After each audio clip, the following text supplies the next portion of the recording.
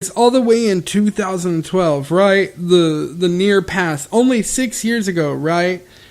And like they're just now worried about their kids getting into substances that they shouldn't be partaking because they're children. You know, it's not that like, oh, all the children are getting freaking marijuanas. No. No. It should be, why aren't the parents paying attention to their children? I mean, children shouldn't be able to smoke cigarettes. Children shouldn't be able to drink alcohol.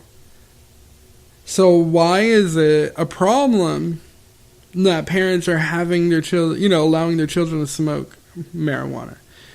They should, be more thoughtful parents, honestly.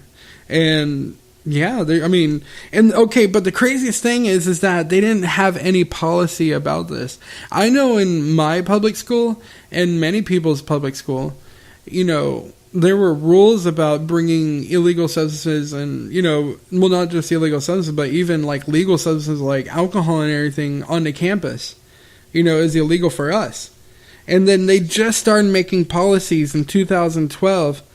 See, okay, look, he quotes from, it's a quote from another article, and this is what it says. Amsterdam today became the first city in Netherlands to ban students from smoking marijuana at school. That was in 2012. And they said today became the first city in Netherlands to ban students from smoking marijuana. What the hell?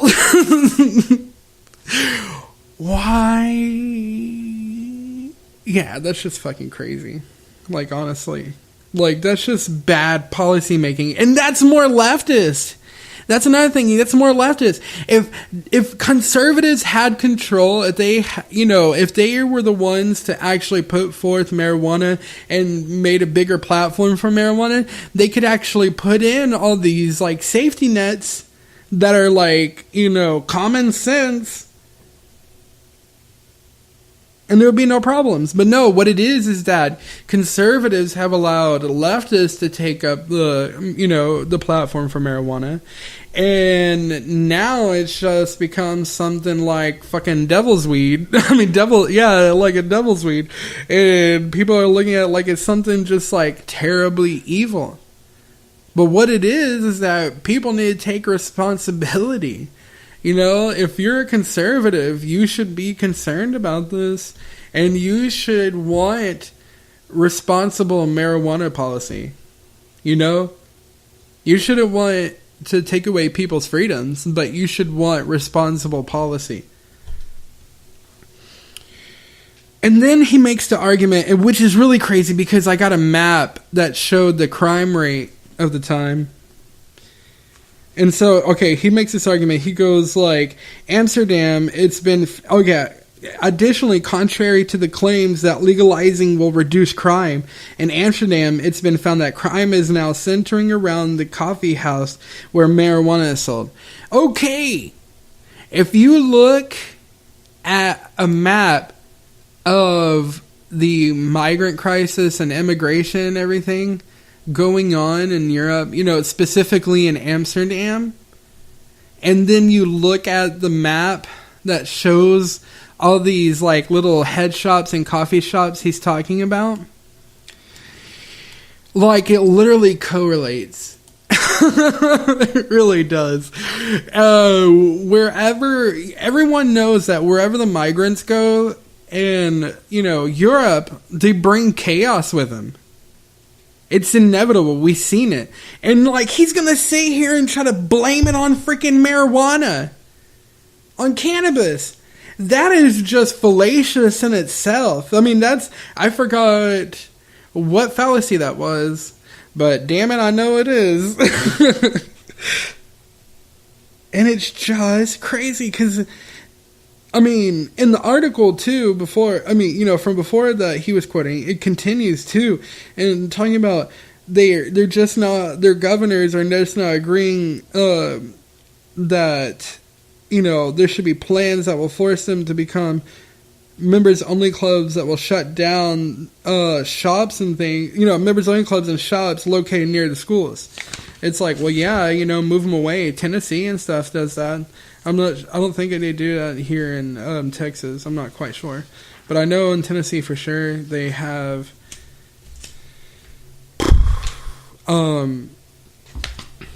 tobacco and alcohol shops away. But it's crazy to correlate the crime that's happening in Europe, specifically in Amsterdam, with marijuana.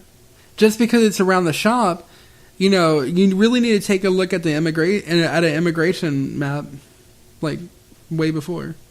Because that's really not the problem. And then 3. Okay, his third little reason. Marijuana is terrible for your mental health. Again, not everybody. Not everybody. There has been studies that have shown some people show different signs of marijuana and things like that. Some people that have PTSD smoke marijuana. Some people with post-traumatic stress, they use marijuana to help cope with a lot of the major symptoms.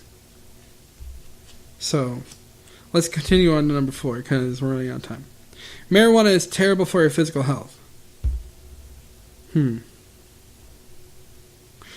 Let's read into that. How bad is marijuana for you? It's even more toxic than cigarette smoke. Even users are hit with devastating lung problems. 20 years earlier, smokers. Well, yeah, because there's filters and everything. But, the thing is that you don't have to smoke it. You can eat it. But again, it's another one of those things. It's voluntary use. You don't have to smoke it. You don't have to use it. So, can't really make it illegal because, like your son or daughter chose to smoke marijuana. Or smokes. I mean, like, would you do the same thing? They started smoking cigarettes or drinking alcohol. It's like, oh, my son became an alcoholic. We got to ban all alcohol. Like, I'm sorry. It just, like, freedom does not work that way. People got to learn to control themselves. And then 5, the drug decimates many people's lives. Sorry, again, like I said, I met many people that are very successful, not even just mediocrely successful, but very successful. And so, we're coming to the end of this, and, I was going to talk about how Texans, specifically Texans, how we can get it legalized in our state, because there's a lot of problems that we face when we try to get certain things legalized, especially because they will not allow a vote on a ballot on anything that's brought up by the people. The legislator has to put forth something on the ballot. People can't. But you already see Oklahoma, Arkansas, Utah, North Dakota taking steps into legalizing cannabis. I mean, let's take a look again at the map.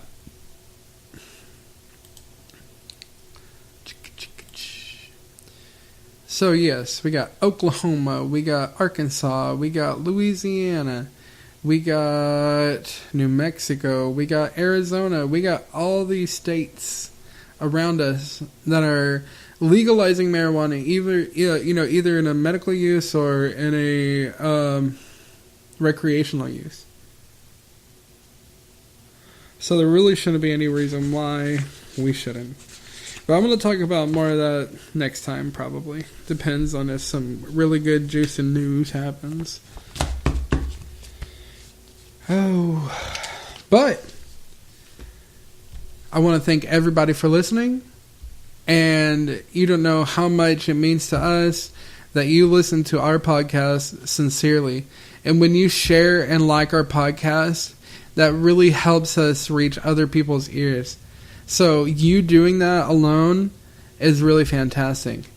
But, we do not monetize this podcast because it would probably be shadow banned anyway and demonetized. Because, 1, cussing like a sailor. 2, they wouldn't like the kind of subjects I talk about. Or we talk about. Right now it's just me. I'm sitting here all alone. Such a lonely day. Wish I could play a So-Ad song, but I can't. But anyway, we got to fund this operation.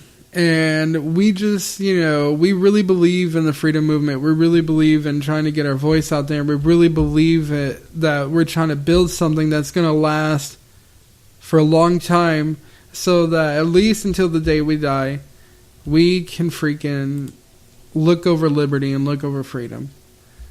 And that's our point here. And so, if you really, feel what we're feeling, and you want to help us,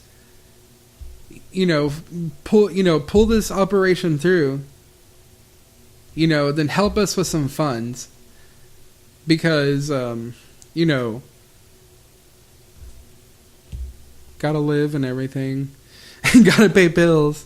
So we don't, I live, paycheck to paycheck. So not much money laying around. So anyway, if you want to help fund the operation, go to teespring.com/stores/high-societies-merch. And there you can find some t-shirts, hoodies, t-shirts for men and women, and all different kinds of colors, not just black, but there's gray, red, all kinds of colors, white. There's a NPC meme shirt and hoodie here. You can also go to if you can't afford the shirt or anything, which is totally understandable. Like I said, we live paycheck to paycheck here. Matthew lives paycheck to paycheck. Everybody, mostly we know, lives paycheck to paycheck. Okay. So the struggle is real. We understand that. But if you can at least afford $1, just $1 a month, that could put us forward ahead so much that we could actually do some things like out in the field and, take on some things. And start breaking the zombie infection of liberalism that's taken over Dallas. But that's about it, guys. No, wait, hold on. So if you want to give us $1, just go to patreon.com/High Society Podcast. Again, if you just want to donate $1, just go to patreon.com/High Society Podcast. We thank you so much, guys. And again, thank you for listening to our podcast. Y'all have a great day. Signing out. Woo!